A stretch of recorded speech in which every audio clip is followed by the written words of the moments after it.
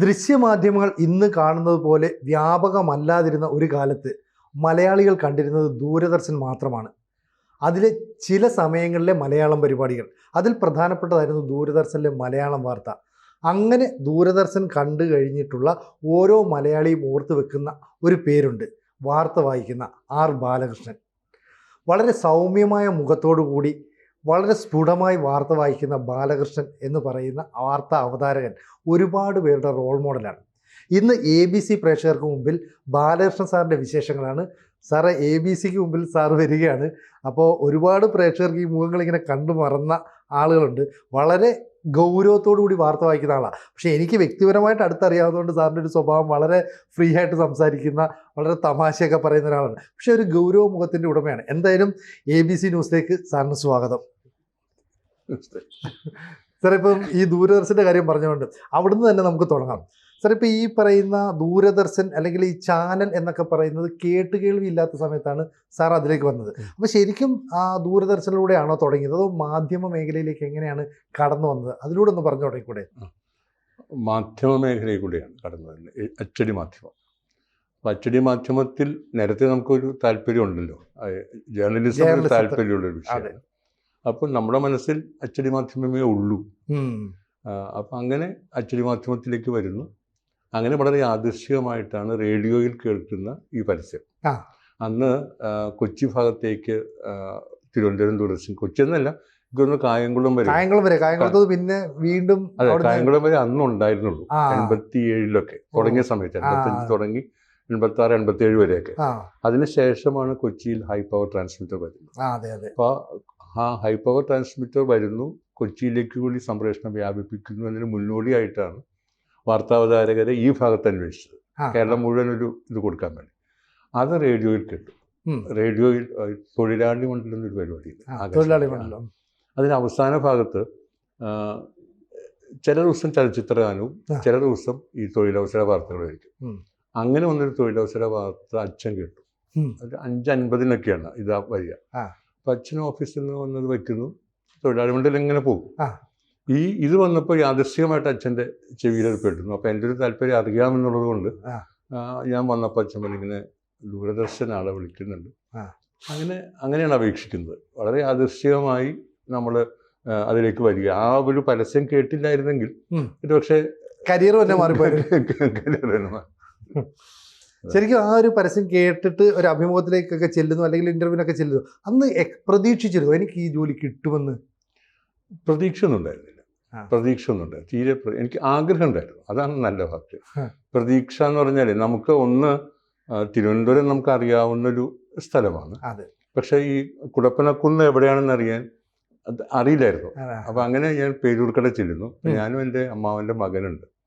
അപ്പോൾ അവൻ അന്ന് കൃഷ്ണൻ അന്ന് എനിക്ക് തോന്നുന്നു എൻജിനീയറിങ് കഴിഞ്ഞിട്ടില്ല.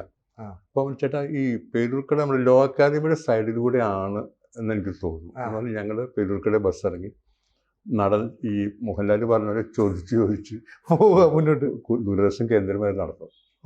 നല്ല ദൂരമുണ്ടല്ലോ അവിടെ. നമുക്കറിയില്ല അവിടെ ഇങ്ങനെ. അപ്പോൾ അവിടെ വരുന്നവർക്കും ദൂരദർശൻ കേന്ദ്രം എന്ന് പറയുമ്പോൾ അവരും വലിയ പരിമിതമാണ്. അപ്പോൾ അവിടെ ഇവിടെ എന്നൊക്കെ പറയും. ഈ അവിടെ എന്ന് പറഞ്ഞ് എത്ര ദൂരം അകലെയാന്ന് നമുക്കറിയില്ല. ഞാനും അവനും അനിയനും കൂടി നടന്നതിൻ്റെ ഗേറ്റ് വരെ എത്തി. പിന്നെ തിരിച്ച് കുറച്ചു നേരം കാത്തു നിന്നപ്പോൾ ഒരു ബസ് കിട്ടി. അന്ന് ഇത്തരം ബസ്സും ഇല്ല. അപ്പോൾ അങ്ങനെ തിരിച്ചു വരികയായിരുന്നു. അങ്ങനെയാണ് ദൂരദർശൻ കേന്ദ്രത്തിൽ നമ്മൾ എത്തിപ്പെടുന്നത് പിറ്റേ ദിവസത്തേക്ക്. പക്ഷേ ഈ പറഞ്ഞ പോലെ ആഗ്രഹം എന്നേ പറഞ്ഞോളൂ, പ്രതീക്ഷ പോലും ഉണ്ടായിരുന്നില്ല. സാർ, ശരിക്കും ആ ദൂരദർശൻ കേന്ദ്രത്തിൽ അങ്ങനെ പോയില്ലായിരുന്നെങ്കിൽ ആ കാലഘട്ടത്തിലെ ഒരു താല്പര്യങ്ങളൊക്കെ വെച്ചിട്ട് എന്താകുമായിരുന്നു, അല്ലെങ്കിൽ മറ്റേത് മേഖലയിലേക്ക് തിരിയുമായിരുന്നു? ഞാനൊരു അച്ചടി മാധ്യമത്തിൽ എവിടെയെങ്കിലുമൊക്കെ ഞാനുണ്ടാകുമായിരുന്നു. അത്രേ ഉള്ളൂ. അല്ലാതെ ഒരു സ്ഥലത്ത് പോകാൻ സാധ്യത കുറവാണ്. പക്ഷെ ആ കാലത്ത് യുവാക്കൾക്ക് സിനിമ എന്ന് പറയുന്നത് വലിയൊരു മോഹമായിരുന്നില്ലേ? ഇപ്പൊ അരവിന്ദനും പത്മരാജനും ഒക്കെ ഉണ്ടായിരുന്ന ഒരു കാലഘട്ടമല്ലേ? അങ്ങനെ ഒരു മോഹം അങ്ങനെ എന്തെങ്കിലും ഉദിച്ചിട്ടുണ്ടോ? അതും ഈ പറഞ്ഞ പോലെ അത് പഠിക്കുന്ന കാലത്തുണ്ടാകുന്ന ചില അന്ന് ഫിലിം സൊസൈറ്റികൾ 60കളുടെ അവസാനം 70 അവസാനം 80 വരെയൊക്കെ ഫിലിം സൊസൈറ്റി വളരെ ശക്തമായ ഒരു സാന്നിധ്യമായിരുന്നു. അപ്പോൾ ഫിലിം സൊസൈറ്റിയിലൂടെ സിനിമകൾ കണ്ട് വളർന്നവരാണ് നമ്മുടെയൊക്കെ ഒരു തലമുറ. അപ്പോൾ അങ്ങനെ സ്വാഭാവികമായിട്ടും നമുക്കൊരു താല്പര്യം സിനിമയോടുണ്ട്. ആ. സിനിമയോടൊരു താല്പര്യമുണ്ട്. പിന്നെ ആ സമയത്ത് തിരക്കഥകൾ അച്ചടിച്ച്, പ്രത്യേകിച്ച് MTയുടെ തിരക്കഥകൾ അച്ചടിച്ച് കിട്ടുന്ന ഒരു സമയമായിരുന്നു. എനിക്കൊന്ന് പത്മരാജൻ്റെ തിരക്കഥകളും വന്നു തുടങ്ങി. വിദേശത്തുനിന്നുള്ള തിരക്കഥകളുടെ മൊഴിമാറ്റം വന്നു തുടങ്ങിയിട്ടില്ല. അത് IFFKക്ക് ശേഷമാണത് വരുന്നത്. അപ്പം അത് വളരെ ആർത്തിയോടെ വായിക്കുകയും നമ്മൾ കണ്ട സിനിമയായിരിക്കും. ഇപ്പം നിർമാല്യം നമ്മൾ കണ്ട സിനിമ. നിർമാല്യത്തിൽ എന്താണ് അതിൽ എഴുതി വെച്ചിരിക്കുന്നത് നമ്മുടെ മനസ്സിൽ ഓർമ്മയുണ്ട്. നമ്മളതല്ലാതെ ചിന്തിച്ച് നോക്കാനൊക്കെ ചില ശ്രമങ്ങളൊക്കെ നടത്തും. ഒരു ഹോംവർക്ക് വെറുതെ രസം. അങ്ങനെ പൂന ഇൻസ്റ്റിറ്റ്യൂട്ട് ഒരു താല്പര്യം വരുന്നത് അങ്ങനെയാണ്. പൂന ഇൻസ്റ്റിറ്റ്യൂട്ടിൻ്റെ ആദ്യത്തെ ഒരു പ്രിലിംസ് നടക്കുന്ന കേരളത്തിൽ വെച്ചിട്ട്. അത് കഴിഞ്ഞിട്ടാണ് പൂനെക്ക് പോകുന്നത്. അപ്പം അന്ന് എൻ്റെ ഒരു ഓർമ്മ ഈ ഇന്ത്യൻ പോസ്റ്റൽ ഓർഡർ IPO, ഈ അത് എനിക്ക് തോന്നുന്നു 10 രൂപയുടെ 20 രൂപയുടെ IPO കൂടി ഈ അപേക്ഷയോടൊപ്പം അയക്കണം. പോസ്റ്റൽ ഓർഡർ 10 രൂപയുടെ പോസ്റ്റൽ ഓർഡർ 10 എൻ്റെ ഓർമ്മ, അല്ലെങ്കിൽ 30. അപ്പോൾ അതുകൂടി വെച്ച് അപേക്ഷ അയക്കുന്നു. അവർ എൻ്റെ കാര്യങ്ങൾ സ്വീകരിക്കുന്നു, പ്രിലിംസ് എഴുതുന്നു, പാസ്സാകുന്നു. പിന്നെ അവിടെ നിന്ന് മുന്നോട്ട് പോകണമെങ്കിൽ അച്ഛൻ്റെ സഹായം വേണം. അപ്പോൾ അതിൻ്റെ ഒരു ബുദ്ധിമുട്ടെന്ന് വെച്ച് കഴിഞ്ഞാൽ അച്ഛൻ, അമ്മാവമ്മ, കൊച്ചച്ഛൻ തുടങ്ങി നമ്മളോട് വളരെ താല്പര്യമുള്ള, എൻ്റെ താല്പര്യം അറിയാവുന്നവരാണ്.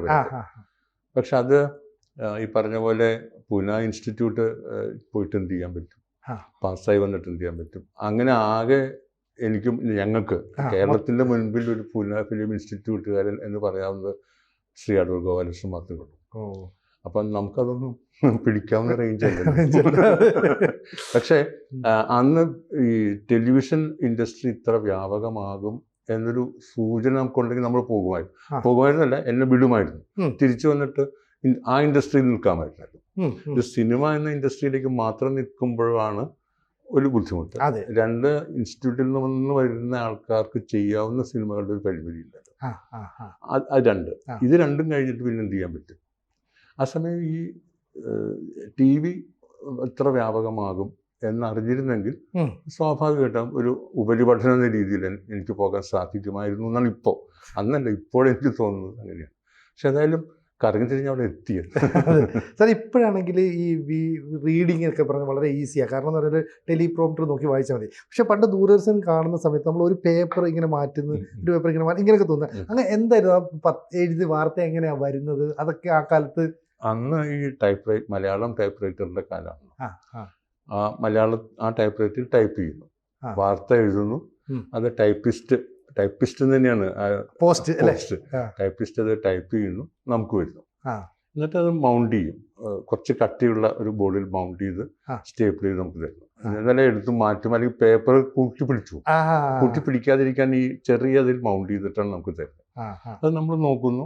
ഇപ്പോൾ സിനുജിയോട് സംസാരിക്കുന്ന പോലെ ഇടയ്ക്ക് ഞാനൊന്ന് തല ഉയർത്തി നോക്കും. മുഴുവൻ സമയവും തല താഴ്ത്തിട്ട് വായിക്കുന്നതിനേക്കാൾ നമ്മുടെ ഒരു എക്സ്പീരിയൻസ് കൊണ്ട് കുറച്ച് കയറ്റി വെച്ചാൽ നമുക്കൊരു കണ്ണ് കിട്ടും. അപ്പോൾ നമ്മുടെ മുഖം താഴ്ത്തു പോകാതെ നമുക്ക് വായിക്കാം. ഇടയ്ക്ക് ഇപ്പോൾ മുഖ്യമന്ത്രി ആരാ നമുക്കറിയാലോ. മുഖ്യമന്ത്രി ശ്രീ K. കരുണാകരൻ പ്രസ്താവിച്ചു. അത്തരം വരെയൊക്കെ നമുക്ക് ഊഹിക്കാം, അല്ലെങ്കിൽ കാണാം. അപ്പം അതനുസരിച്ച് ഇടയ്ക്ക് ഒരു 10-30 സെക്കൻഡ് വീതം ഇടയിൽ ഇടവേളകളിൽ നമുക്ക് ക്യാമറ നോക്കി പറയാൻ സാധിക്കും. അപ്പം അങ്ങനെ അത് മാറ്റുന്നു. പിന്നെ ഇത് മാറ്റുന്ന സമയത്ത് അടുത്തത് കാണാമല്ലോ. അപ്പം അതോടുകൂടി തുറക്കുന്നു. ഇതൊക്കെ ഒരു എക്സ്പീരിയൻസ് ഉണ്ട്.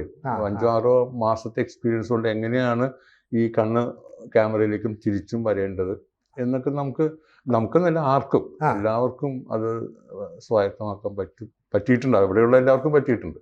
ചിലപ്പോൾ ഈ 1985 തോന്നുന്നു അല്ലേ, ദൂരദർശൻ അല്ലേ? ആ സമയത്ത് തുടങ്ങി. ആ സമയത്ത് വാർത്ത വായിക്കുമ്പോൾ നമുക്ക് അധികം റോൾ മോഡൽസ് ഒന്നുമില്ല. അപ്പോൾ എങ്ങനെയാണ് ഇതിൻ്റെ മോഡുലേഷൻ, എങ്ങനെ വായിച്ച് നിർത്തണം, ഈ ഡെസ്കുമായിട്ട് എങ്ങനെ കോർഡിനേറ്റ് ചെയ്ത് പോകണം, ഇതൊക്കെ എങ്ങനെയാണ് നമുക്ക് അന്ന് വളരെ കർശനമായ പരിശീലനം ദൂരദർശന്. അപ്പം ഞാൻ എൻ്റെ ഒരു ബാച്ചിനെ തിരഞ്ഞെടുക്കുന്നത് 88 ഫെബ്രുവരിയിലോ മറ്റുമാണ്. ഇതൊക്കെ ഇൻ്റർവ്യൂ ഒക്കെ കഴിഞ്ഞ്. അപ്പം അങ്ങനെ 17 പേരുടെ ഒരു പാനലുണ്ട്. 17 പേരെ വയ്ക്കുന്നു. അത് കഴിഞ്ഞ് ഇടയ്ക്ക് ഇങ്ങനെ ഓരോ ടെസ്റ്റ് നടത്തി അത് 5 പേരുടെ 7 പേരുടെയോ ഷോർട്ട് ലിസ്റ്റ് ചെയ്യുന്നു. പിന്നെ നമ്മൾ ഏറി പോകുന്നു. അതിൽ നിന്ന് അങ്ങനെ വന്ന് 1-2 പേരായിട്ട് ആ ബാച്ചിൽ 1-2 പേര്, അങ്ങനെ ഓരോ ബാച്ചിലും 1-2 പേരാണ് പരമാവധി അവർ റീറ്റെയിൻ ചെയ്യുള്ളൂ. അതിങ്ങനെ ഒരു ട്രയൽ ആൻഡ് എറർ ബേസിസിൽ ഇങ്ങനെ അങ്ങ് പോയിക്കൊണ്ടിരിക്കുകയാണ്. ഇത് എന്നിട്ട് ഓഗസ്റ്റിലാണ് ആദ്യത്തെ ബുള്ളറ്റിൻ ഞാൻ വായിക്കുന്നത്. അപ്പോൾ എല്ലാം ആഴ്ചയും 1-2 ദിവസം സീനിയേഴ്സിൻ്റെ കൂടെ ട്രെയിനിങ് ഉണ്ട്. അന്ന് സീനിയേഴ്സ് എന്ന് പറയാനായിട്ട് അന്ന് ഏറ്റവും ആദ്യം വാർത്ത വായിച്ചത് കണ്ണനാണ്. കണ്ണൻ പക്ഷേ അപ്പോഴത്തേക്ക് അവിടെ ഉദ്യോഗസ്ഥനായതുകൊണ്ട് അദ്ദേഹത്തിന് പിന്നെ വാർത്ത വായിക്കാൻ പറ്റാതെ. അങ്ങനെയുണ്ടോ? അങ്ങനെയാണ്. കാരണം അവിടെ ഉദ്യോഗസ്ഥനാണല്ലോ. മാത്രമല്ല അദ്ദേഹം ആ സമയത്ത് ന്യൂസിൽ തന്നെ പ്രൊഡ്യൂസറായിരുന്നു. അപ്പം അതുകൊണ്ട് എനിക്കൊന്ന് അത് സാധ്യമല്ലായിരുന്നു എന്ന് തോന്നുന്നു. അതുകൊണ്ട് അദ്ദേഹമില്ല. പിന്നെ ഹേമലതയുണ്ട്. വീണ്ടും രണ്ടാമത് വാർത്ത വായിച്ചത് ഹേമലതയുണ്ട്, രാജേശ്വരി മോഹനുണ്ട്, മായയുണ്ട്, ആൽബർട്ട് അലക്സാണ്ടർ മാത്യു, ശ്രീകണ്ഠൻ നായർ. ആകാശവാണിയിലുണ്ടായിരുന്നു ശ്രീകണ്ഠൻ നായർ. അപ്പോൾ ഇത്രയും പേരാണ് ഞാനുള്ള സമയത്ത് അവിടെ ഉണ്ടായിരുന്നത്. ഇവരുടെ ഓരോരുത്തരുടെ കൂടെയും എനിക്കും ഞങ്ങളുടെ കൂടെയുള്ള ബാച്ചിന് ട്രെയിനിങ് ഉണ്ട്. അപ്പോൾ ഒരു ദിവസം ഒരാളുടെ കൂടെ എങ്ങനെയാണ് അയാൾ വാർത്ത വായിക്കുക, എങ്ങനെയാണ് അത് നിർത്തുക, നോക്കുക, ഇതൊക്കെ നമ്മൾ അവരുടെ വർത്തമാനത്തിൽ നിന്നും നമുക്ക് പറഞ്ഞു തരും. എല്ലാവരും ഡോക്ടർ സന്തോഷ് എന്നൊരു ഇവരൊക്കെ നമ്മളെ ട്രെയിനിന് വേണ്ടി എനിക്കൊരു 6 മാസം ഇവരെല്ലാവരുമായിട്ട് നമ്മൾ ഒരു 2-3 വട്ടം പല സമയത്തായിട്ട് ട്രെയിനിങ് ഉണ്ടായിരുന്നു. ആ ട്രെയിനിങ് ആണ് നമ്മളെ കോൺഫിഡൻസ് തരും. നമുക്ക് ഇങ്ങനെ ചെയ്യാൻ പറ്റും. പിന്നെ ചില സമയത്ത് അവർ സ്റ്റുഡിയോയിൽ പോകുമ്പോൾ അവരുടെ കൂടെ നമ്മളും പോകും. നമ്മളും ആ ട്രെയിനിങ്ങിൻ്റെ ഭാഗമായിട്ട്.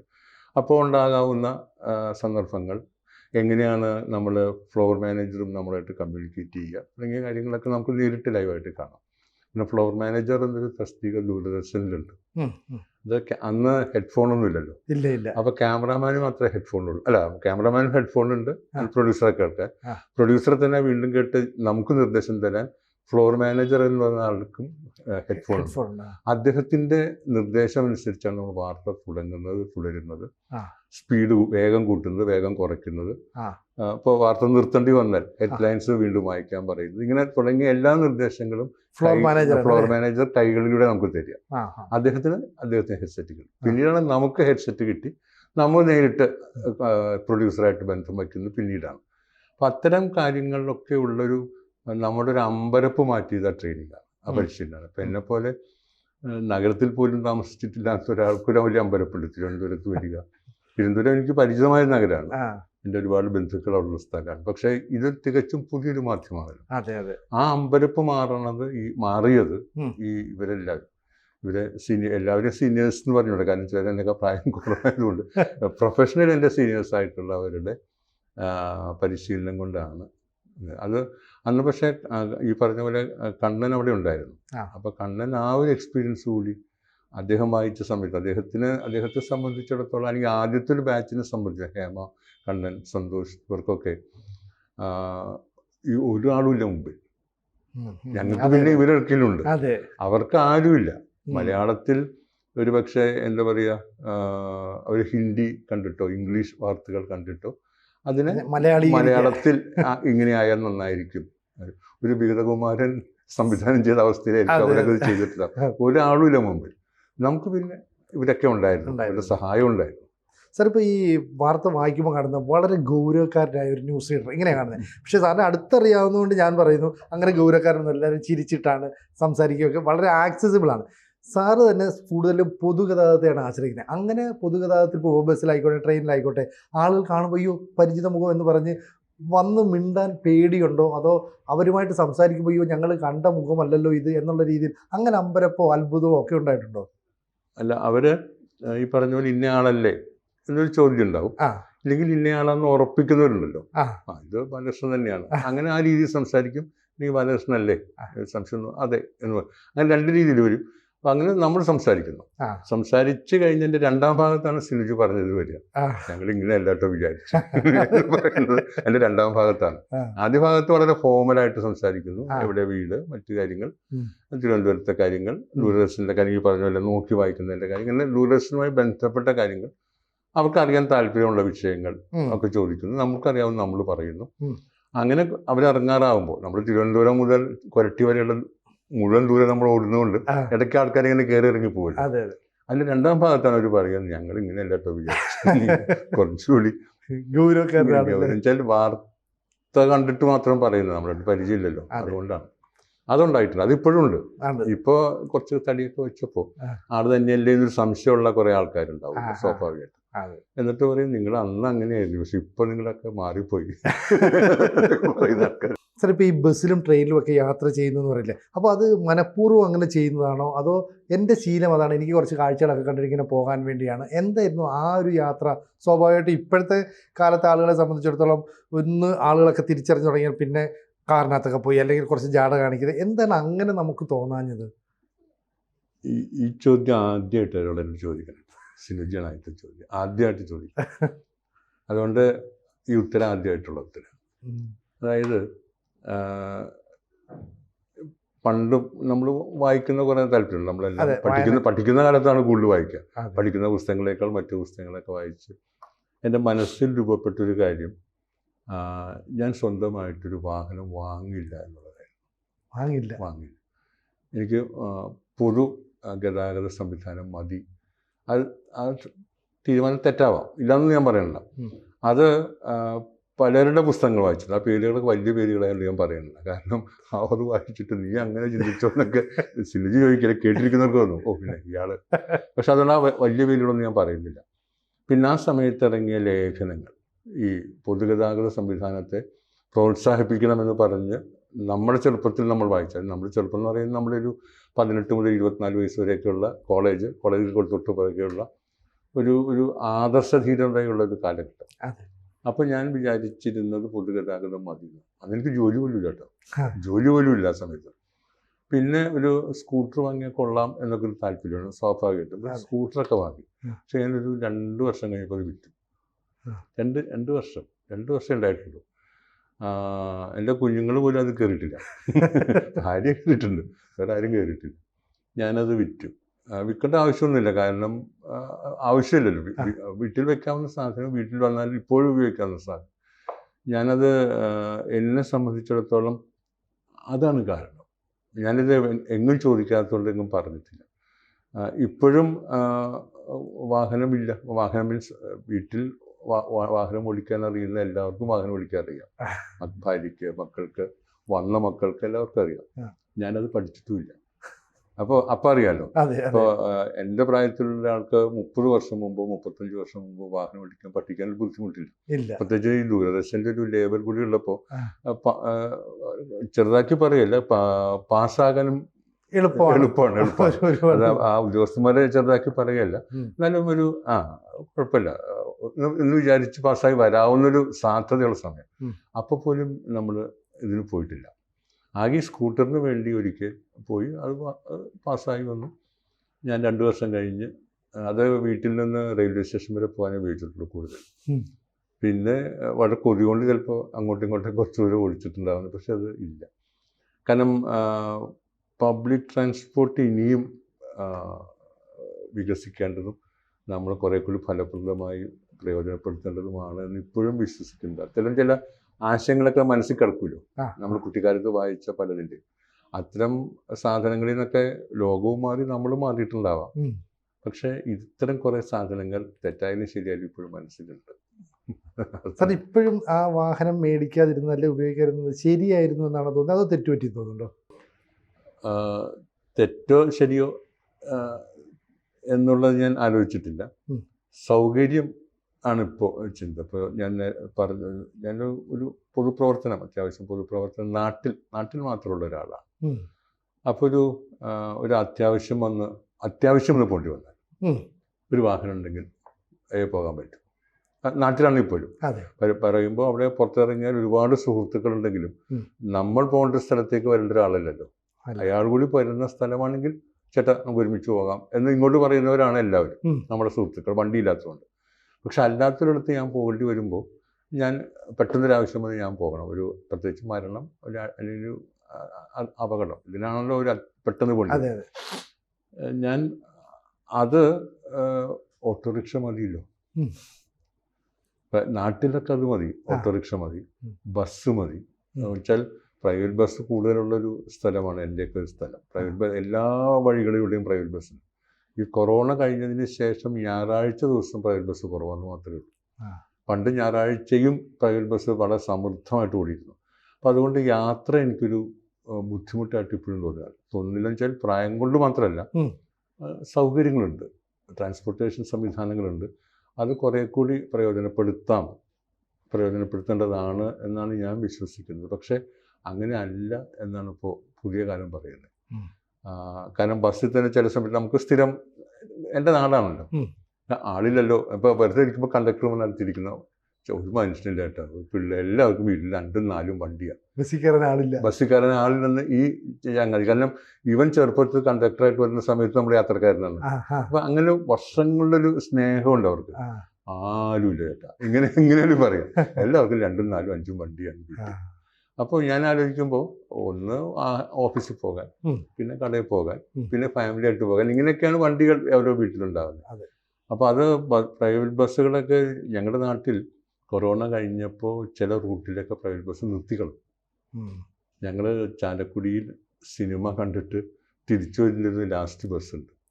അതെൻ്റെ ഗ്രാമത്തിൽ കൂടെ ഒരു ഉൾപ്രദേശത്ത് പോയി പിറ്റേ ദിവസം ഫസ്റ്റ് ബസ്സായിട്ട് വരുന്ന ഇതാണ്. സ്റ്റേ ബസ്സാണ്, പ്രൈവറ്റാണ്, അതില്ല പോകും. അപ്പോൾ നമുക്ക് നഷ്ടമാണ്. സിനിമയ്ക്ക് പോയിട്ട് പിന്നെ ഓട്ടോയിൽ വരാം, അല്ലെങ്കിൽ നമ്മൾ ഫസ്റ്റ് ഷോയ്ക്ക് പോകാറില്ല, കൂട്ടുകാരത്ത് വേറെ സിനിമയ്ക്കൊക്കെ പോകുന്നു എന്നുള്ളതുകൊണ്ട്. പക്ഷേ പൊതു രംഗം, ഈ പബ്ലിക് ട്രാൻസ്പോർട്ട് സിസ്റ്റം അത്ര ശുഭകരമാണോ എന്ന് സംശയമുണ്ട് എനിക്ക്. കഴിഞ്ഞൊരു എത്രയോ വർഷമായിട്ട് അതിൽ മാത്രം പോകുന്ന ഒരാളെന്ന് നിലയ്ക്ക്, അതിൽ മാത്രം യാത്ര ചെയ്യുന്ന ഒരാളെന്ന് നിലയ്ക്ക് വേണ്ട രീതിയിൽ നമ്മൾ പ്രയോജനപ്പെടുത്തുന്നില്ല എന്നുള്ളതാണ്. അത് ഈ നേരത്തെ സിനിജി പറഞ്ഞ പോലെ കാറിൽ യാത്ര ചെയ്ത് കഴിഞ്ഞാൽ പിന്നെ കാറാണല്ലോ സൗകര്യം. നമ്മുടെ സൗകര്യത്തിന് പോകാം, കസേര കുറച്ച് പുറകിലേക്ക് ഇറങ്ങിയിരിക്കാം, ഇരിക്കാം, നമുക്ക് ഇഷ്ടമുള്ളപ്പോൾ പോകാം, ഇഷ്ടമുള്ളപ്പോൾ മടങ്ങി വന്നാൽ നിർത്താം, ഒരു നല്ലൊരു ചായക്കട അവിടെ നിർത്താം. ഇങ്ങനെ ഒരുപാട് സൗകര്യങ്ങളുണ്ടല്ലോ. അതുകൊണ്ടും പിന്നെ പ്രായം കൂടുമ്പോൾ പിന്നെ ബസ്സിൽ പിടിച്ചു കയറാനൊക്കെ ഉള്ള ബുദ്ധിമുട്ടൊക്കെ ഉണ്ടെന്നാണ് അവർ പറയുന്നത്. അത് 2 പ്രാവശ്യം കയറിയാൽ പോകുമെന്നാണ് ഞാൻ പറയുക. ബുദ്ധിമുട്ടുണ്ട്. ഞാൻ 30 വയസ്സിൽ കയറി ഈ പ്രായത്തിൽ എനിക്ക് കയറാൻ പറ്റുള്ളൂ, കുറച്ച് ബുദ്ധിമുട്ടാണ്. അപ്പം അങ്ങനത്തെ ബസ്സിൽ കയറിയാൽ മതി, ബസ് നിർത്തി തരുമ്പോൾ കയറിയാൽ മതി, സീറ്റുള്ള ബസ്സിൽ കയറിയാൽ മതി. പബ്ലിക് സംവിധാനം, യാത്രാ സംവിധാനങ്ങൾ കുറേ കൂടി കേരളത്തിൽ ഉപയോഗിക്കേണ്ടതുണ്ട്, ഉപയോഗപ്പെടുത്താനുണ്ടെന്നാണ് എൻ്റെ ഒരു വിശ്വാസം. എന്തായാലും ഒരു മുതിർന്ന ജേർണലിസ്റ്റ്, നമ്മുടെ ഗതാഗത മന്ത്രിയൊക്കെ ഇത് കേൾക്കട്ടെ, കാണട്ടെ, അതിനനുസരിച്ചുള്ള മാറ്റങ്ങൾ വരുത്തട്ടെ. എന്തായാലും ആർ ബാലകൃഷ്ണൻ എന്ന് പറയുന്ന ദൂരദർശൻ്റെ ഒരു മുഖം, അദ്ദേഹവുമായിട്ട് ഇത്രയും സമയം നമ്മൾ ചിലവഴിച്ചു. ABC-യുടെ പ്രേക്ഷകർക്ക് മുമ്പിൽ ഇത് ആദ്യമായിട്ട് വന്നാണ്. ഇനിയും നമുക്ക് വീണ്ടും കണ്ടുമുട്ടാം. കൂടുതൽ വാർത്തകളും വിശേഷങ്ങളും നിങ്ങളിലേക്ക് എത്താൻ ABC മലയാളം സബ്സ്ക്രൈബ് ചെയ്യുക, ബെൽ ബട്ടണും അമർത്തുക.